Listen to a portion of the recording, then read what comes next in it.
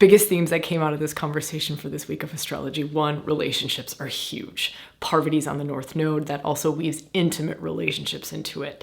Venus squares Uranus. That brings surprises, shock and awe. Also, awakenings to relationships or awakenings to the feminine aspect, craving relationships or love. Interesting, right? Also, nodes of fate are really lit up. Nodes of fate, what does that mean? That's your highest path forward. Highest path forward during a Christmas week. I think that's pretty interesting. Highest path forward also illuminates your karma. Your dharma is your highest path forward. Your karma is what you came into this lifetime with, right? The challenges, the obstacles, but also the gifts. I love that this is really open. What are the gifts to be reclaimed? What are the powers? I like this word too, powers. We've got both Pluto and Persephone, king and queen of the underworld, the powers to be woken up in you this week. This is stunning. It is such a great way to end 2024 and kick off 2025. I talk about some ways that you can really align with stuff and reflect on stuff and to deepen into stuff and what exactly it is that's going to really propel us forward in the new year. There's a new moon coming out. There's a new moon coming out, a new episode coming out on the new moon. I think that's what I was trying to say. I'll be doing an episode on the new moon that's happening on the 30th. That'll come out a couple days before. In the meantime, there's this episode to dive into, which goes day by day all the way up until that new moon.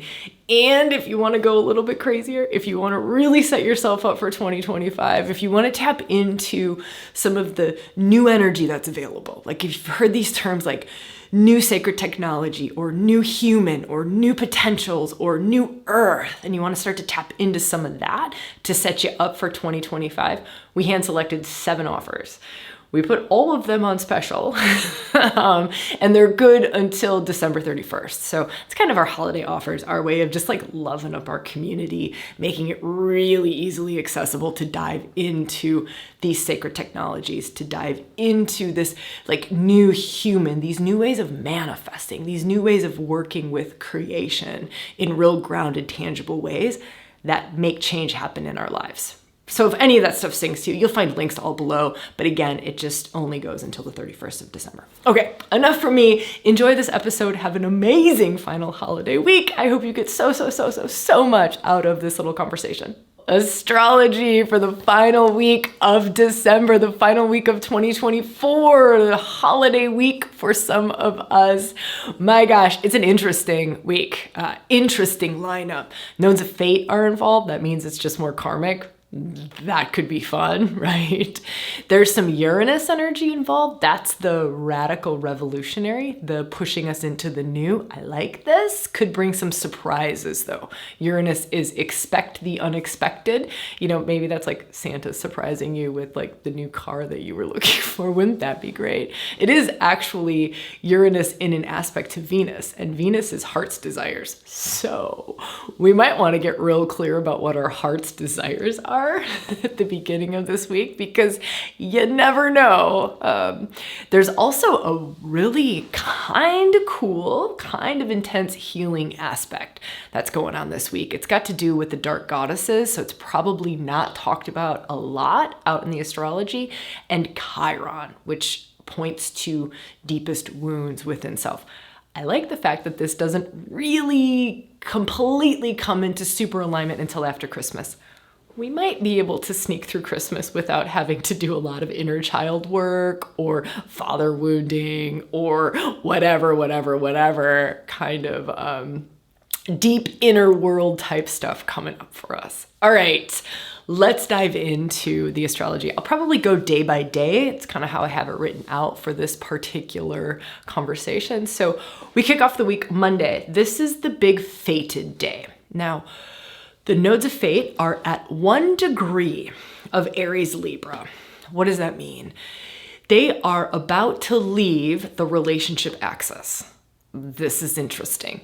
They've been there for about 18 months. The nodes of fate point to what is in focus for your soul's destiny forward, your soul's highest path. And they've been pointing to work out boundaries. Work out self versus other, me versus we. They've been pointing to that for 18 months. Now, this week, Monday, really highlighted, but kind of the whole week. So this, again, could be interesting with whatever we have planned for this week, but it's kind of saying this is the last swoop. This is the last kind of chance to clean up your boundaries. It's the last kind of chance before these nodes of fate shift into a more spiritual axis. So right now they're in the relationship axis. So your true north, your destiny, future visions, what's going to lead to your highest path forward, it's saying clean up your relationship stuff. Get real good in relationships. Get real good with your boundaries. Get real good with self versus other. What is the next highest relationship to that stuff? That's super loud Monday because the sun is square to them. So the sun, it's at the, they call it the bendings. The sun is there illuminating that north and south node. Interestingly, Parvati is on the north node. Relationship access, Parvati is sacred marriage, goddess of sacred marriage. So this to me points to a little bit more around masculine and feminine relationships. So it's not just cleaning up all relationships and boundaries, but also cleaning up or taking to the next greatest expression within self, the balance between masculine and feminine in you. So your relationship to your own masculine and feminine. Also outside of self. It's not just inside of self too. So it's saying like soul's highest path forward has to do with what is your relationship outside of yourself between the masculine and the feminine? Like, what is your feminine's relationship to the masculine? What is your masculine's relationship to the feminine outside of you? And really asking us to come into next right relationship with it. This is going to be theme all week, but really highlighted the first part of the week. All right, let's move on. Tuesday, we have Jupiter square Saturn. Now, this is happening 3 times. This is the big thing of the week. Every astrologer will probably be talking about this. We've been talking about it since probably the start of December. Like, it's coming, and it's coming on Christmas Eve. Jupiter square Saturn. What does this mean? Jupiter wants you expanded, your expanded self into the new, has no boundaries, has, no grounding, no sense of reality, really. That's Jupiter. Let's just go for it. It's like a rocket ship launching into, greater and greater capacities and more and more and more and more. And Saturn is grounded. Saturn is the realist. Saturn is structure. Saturn is foundations. A square means that they're squaring off. They're like squaring off. So they're we could work with this in a really powerful way to find a balance between, okay, I am expanding into something more. What are the supports, the structures, the foundations I need to expand into something more? So the two of them working together, it's like Jupiter makes it so that Saturn doesn't get too solid, too structured, too rigid, too cold. And then Saturn makes it so that Jupiter doesn't get too ungrounded off the planet too much, like just way overdoing it, out of control, like overdoing it. So it's a cool aspect to work with. I think bringing some consciousness to it. So this is happening on Tuesday. This is happening Christmas Eve for some of us if we're celebrating that. But to bring some consciousness to it, I think could be really powerful. And that question that I want to offer up here is, what structures do I need to support my growth? How can I get these two who are seemingly facing off? How can I get these two working together? I mean, imagine that, like the great expander, the great amplifier, the grace bomb. Jupiter also brings a lot of grace, just a lot of grace, of good luck, good fortune. So Jupiter, the great expander, like working in unison with the great manifester. That's Saturn. Saturn's the great manifester. That's the capacity in us to manifest, to make it a reality, to ground it in. That is a powerful place to be working on Christmas Eve, on Tuesday, the 24th. All right. Let's keep going here. So, by the way, that's the second of 3 squares that they're going to make, right? Because of retrogrades and all that stuff. So that's the second of 3. The first one happened in August where Jupiter squared Saturn. Then this one happens on the 24th of December. And then the final one happens June 15th. So in case you're tracking things, this isn't just a one and done. They're taking like 3 swoops at this. And you can think about expanding into the new as a theme, right? Over this whole time, getting amplified those 3 dates, right around those 3 dates. but the theme is expanding into the new. What structures do I need, right? My greater, more expanded self, what foundations do I need to support that? What's the grounding that I need to support that? Also, how do I bring that in? You know, me as a more grace-filled, light-filled, potentially, more expanded being, how do I bring that in? That's Saturn. How do I ground that in? How do I earth that? How do I bring that into my life? That's what Saturn wants to do, right? Okay. So let's move on. Wednesday, we have the moon. So this is Christmas Day. The moon moves into Scorpio and sextiles the sun. I'm bringing this up. I don't normally talk about like where the moon is at, but I wanted to give you a flavor for those of you who are celebrating Christmas. What's the flavor of Christmas? Like what's going on? Of course, that Jupiter Saturn thing is still going on. Expansion, contraction, expansion, contraction, expansion, contraction. So you might feel like, oh my gosh, dreaming big. And then suddenly you get to family dinner and you're like, oh my God, it'll never happen. Like it's too obstacles, too hard. I'm never going to break free. That's an example of how that Jupiter Saturn thing can be playing out. Okay, so now the next feel that I want to give you is moon. Moon is our emotional state. Our emotional state is going deep into the depths. That's Scorpio, deep into the depths. But Scorpio also wants deeper connection, more intimacy. Deeper connection, more intimacy. So if this feels good for you, it could be a really good day to be so vulnerable and so honest and to go really deep. Now, it doesn't mean that you have to go like deep into the shadow territory, right? But to get a little bit under the surface, that's what Scorpio wants. So the moon, our emotional well-being, our emotional nourishment, right, can be coming from the depths. So how can we get a little bit deeper with conversations, with whatever we're doing on that day? Right? I love that. I think that that could be super, super beautiful for Christmas, like super supportive if we align to it, right? All right, let's keep going. So Thursday, now this is where it starts to get a little wild. I said that there's like that healing stuff, and then I said like expect the unexpected. Now we're starting to get in, into some of that. Let me see, do I want to talk about that one? Thursday, we can talk about this. Mercury is starting to get into a T-square. Mercury's like opposite Jupiter, square Saturn. Remember, that was the expansion contraction. This just adds the mind to it, right? So now Mercury is into the mix. He's going to be there still on Wednesday, but Thursday gets a little bit louder. Where he's the messenger of the gods, he can translate it. So now we might be able to like think a little bit more about this expansion contraction, or if we do expand into the new Jupiter, what are the supports that we need? There's more mind food going on, right? There's more cognizing, comprehending. The mind can also really get jumbled up in it. So don't let the mind go into like Saturn, doomsday of like too many obstacles. I'll never be able to do it. Contraction, contraction, contraction, contraction. You can just attune a little bit more to Jupiter. All right, Jupiter, what's the breakthrough here? What's the breakthrough? What's the breakthrough into the new? What's the dream? What's the dream? What's the dream? Saturn, how do you support the dream? How do you make it manifest? He's a great manifester. Okay, so that's Thursday.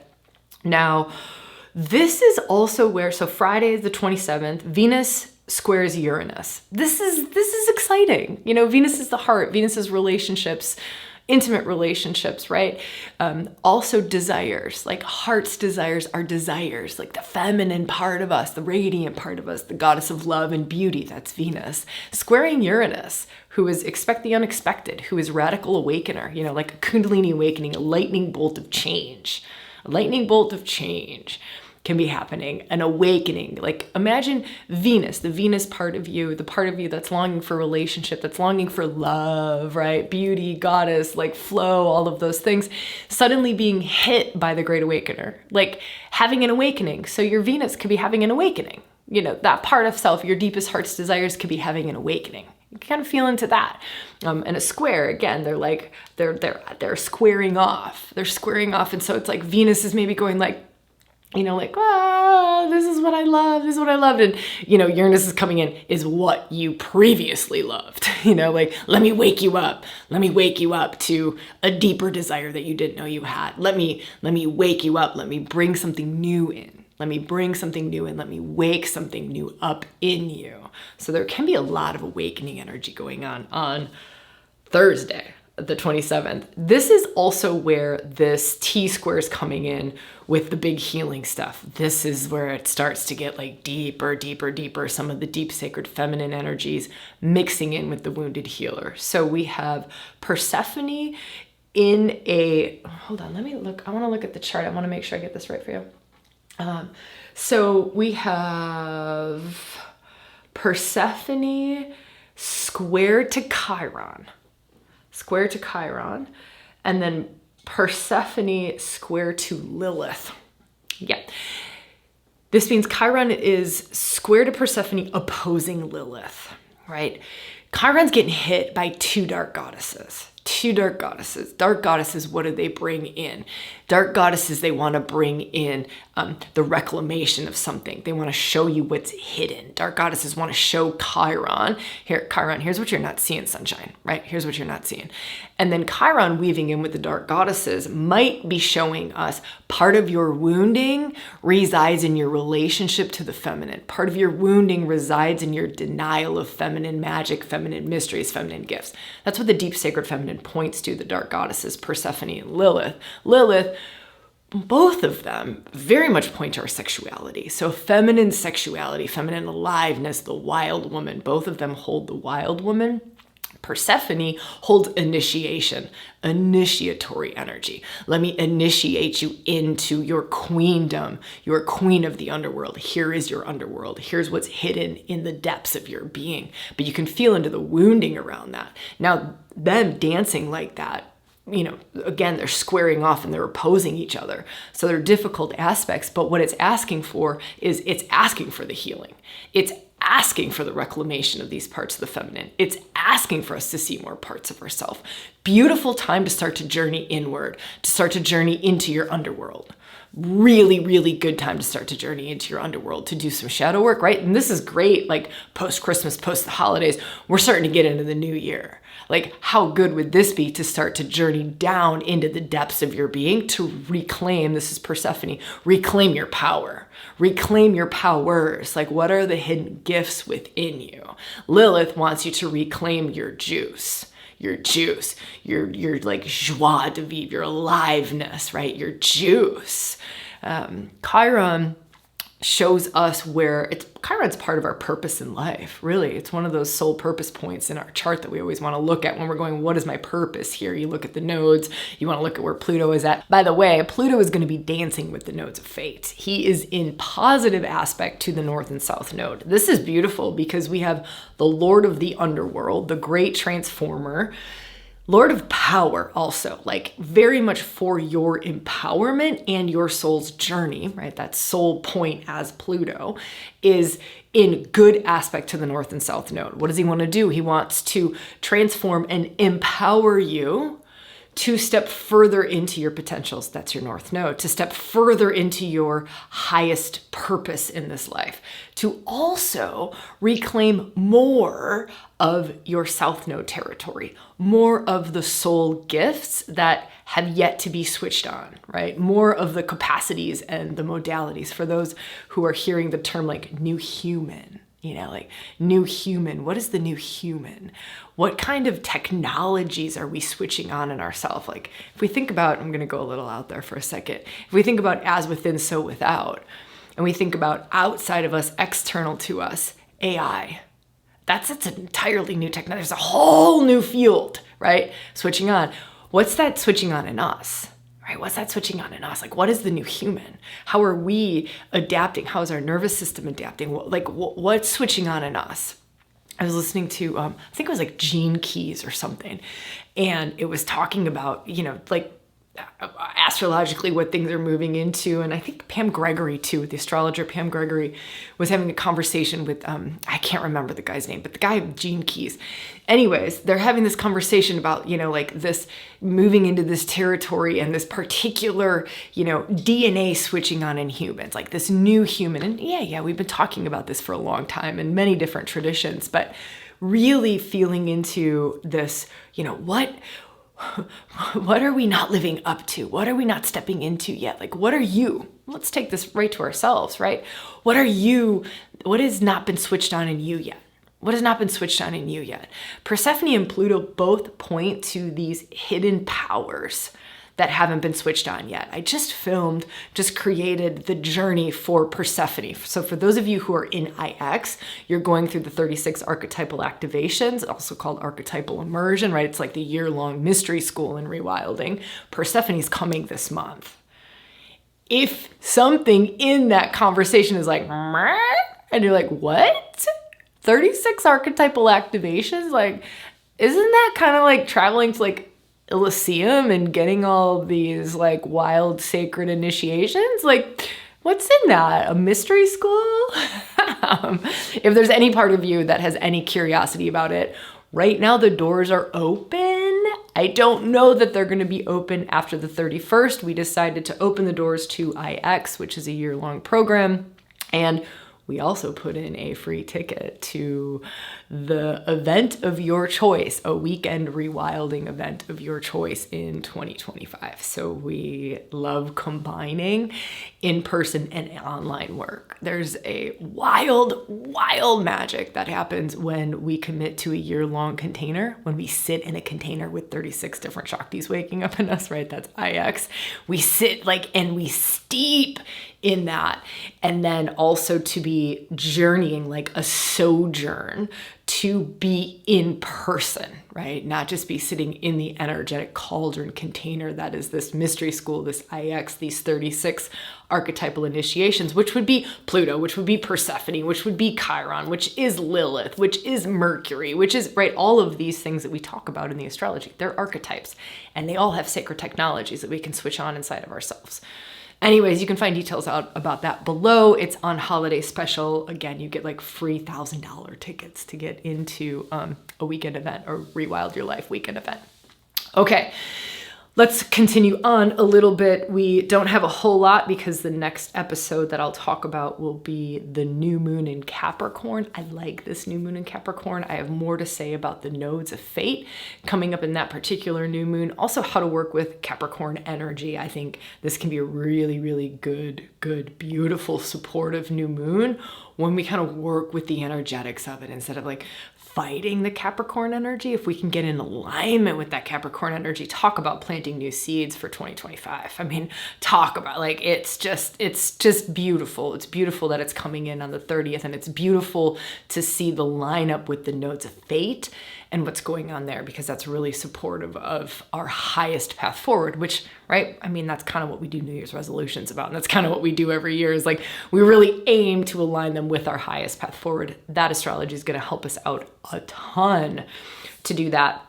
All right, so let's wrap this up and let's move on to talking about Mercury goes into a half square with Pluto. We've talked about Mercury, messenger of the gods. Now he's delivering messages from the underworld.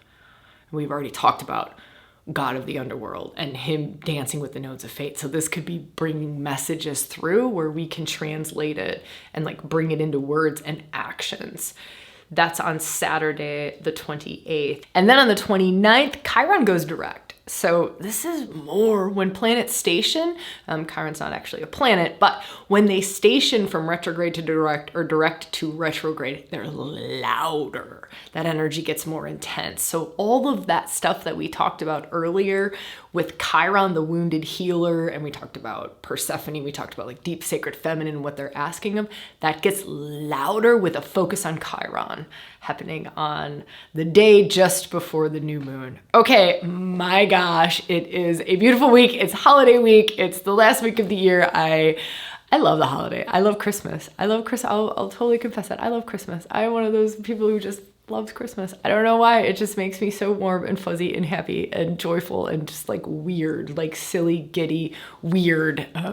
Anyways, I send you so many holiday blessings. If you don't celebrate the holidays, that's okay. We could just like, I could still just send you a ton of love and a lot of holiday blessings. There's holiday offers going on in ReWilding. If you haven't seen them, they're pretty big. Some of them are 50% off. Like I was sharing with you, there's free tickets to come to an in-person, like I get to see in person. There's in-person events going on this year. That's crazy to me. There's a year-long mystery school going on this year. That's also crazy to me. And then there's a couple of online programs that are just, They're supportive of specific aspects in life, like rewilding your relationships. I love that program.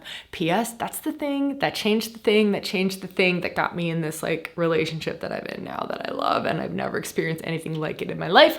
So I can say as a testimonial, as a walking testimonial, firsthand experience, I got the relationship of my life right after I created that program. Crazy.